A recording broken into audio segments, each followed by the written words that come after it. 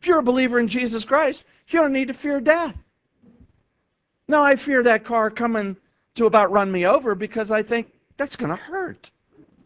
I don't like to be hurt. So yeah, I'm a little bit afraid. And the idea of death, well, I kind of think of it like the first day at school. I didn't go to kindergarten. I'm not exactly sure why, but I don't know, maybe I didn't pass the test to get in. I don't really know. Well, now I say that because I almost didn't get into first grade because there was a test I had to take. My mom took me down, and we're there with none that taught first grade. It's just the three of us in the room, and I had to do certain things. And there was a big important thing that I was just like clueless as to what she was asking me to do. Skip. She wanted me to skip. Why did she want me to skip? I don't know. I've thought about that now, but I really have no clue. But I'm just like I.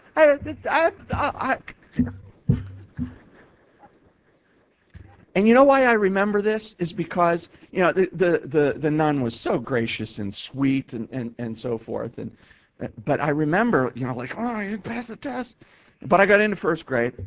Then my mom and I went shopping. We went down to the mall. I'm skipping along. She's going, that's what she was talking about. Oh, this. Oh, yeah, I can do this. No problem.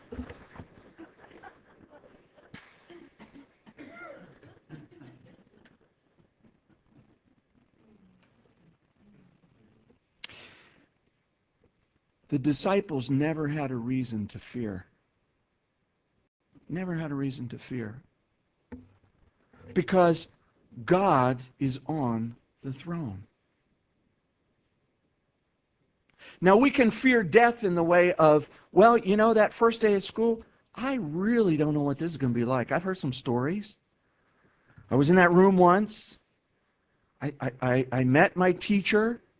Back in those days, in the late 50s, those who were clerics in the Catholic Church, the nuns, they wore like these long black things. I mean, you didn't see anybody dressed like that, right? So it was a little, like, okay. I'm kind of scared. I don't know what's going to happen. Riding a bus. Ooh, Well, you didn't know what it was going to be like, but it turned out to be okay. I really liked it. For a believer in Jesus Christ is a little bit like that. You know what? you're going to be with the Lord.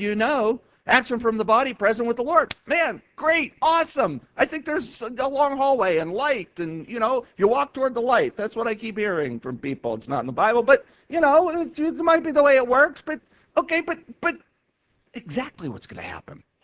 What's it going to feel like when that car hits me? Will I feel the pain?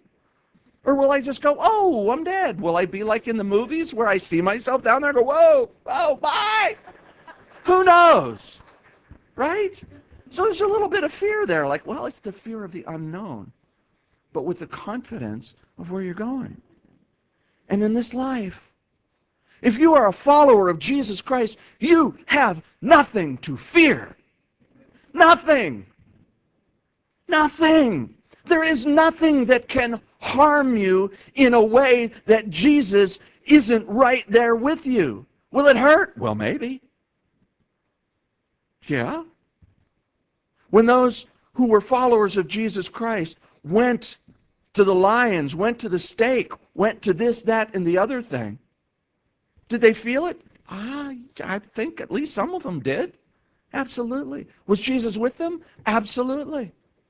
In other cases, we just studied it a couple weeks ago. Shadrach, Meshach, Abednego, right?